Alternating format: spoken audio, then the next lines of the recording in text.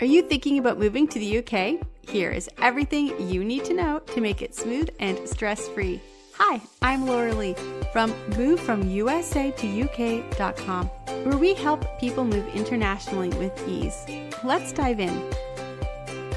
Welcome back to the podcast brought to you by SDC International Shipping, your guide through every practical step so you can settle into your UK life with more energy and less second guessing.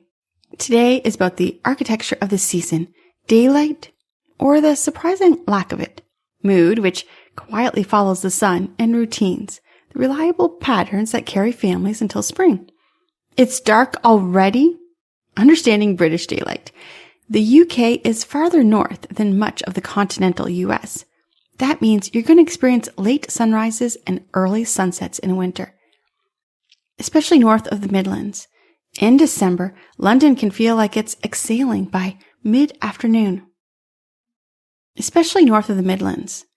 In December, London can feel like it's exhaling by mid-afternoon. Edinburgh and Glasgow push the envelope farther. The result isn't a disaster.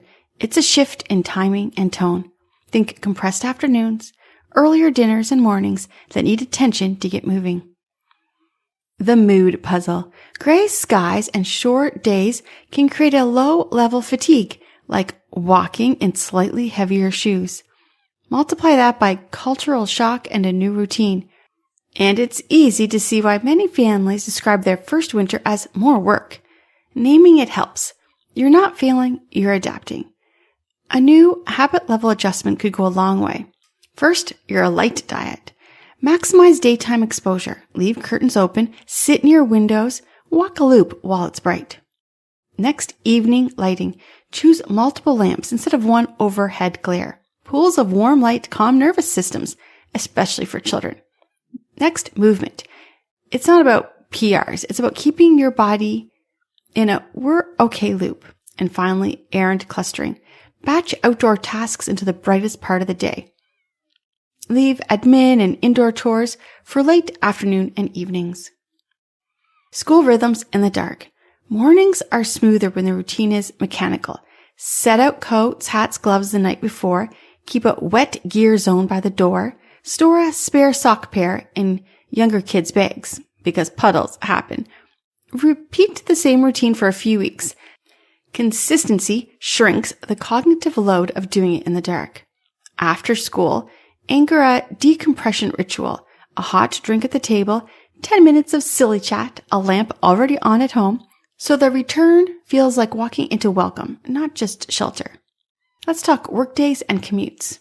If you've shifted from driving to public transport, rehearse your commute once in similar light. Choose better lit routes over marginally shorter ones, and keep a fleece or scarf in your bag. Platforms and bus shelters can feel raw in a damp breeze. Pad your schedule. Winter is a season of minor disruptions, and padding is how you stay kind to yourself. And let's talk about weekends under shorter skies.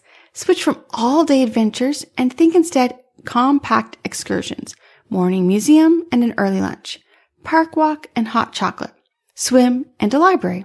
The goal is not to conquer the city, it's to weave pleasant, repeatable loops into winter life. And finally, family rituals that carry the season. Rituals don't need to be ornate. They need to be dependable. Evening glow, the same lamp, plus the same corner, plus same time for reading. A Friday treat, a neighborhood bakery or takeaway picnic in the living room. A Sunday reset, batch lunches, check wet gear storage, pick 2 midweek dinners. Small patterns scale in power when daylight shrinks.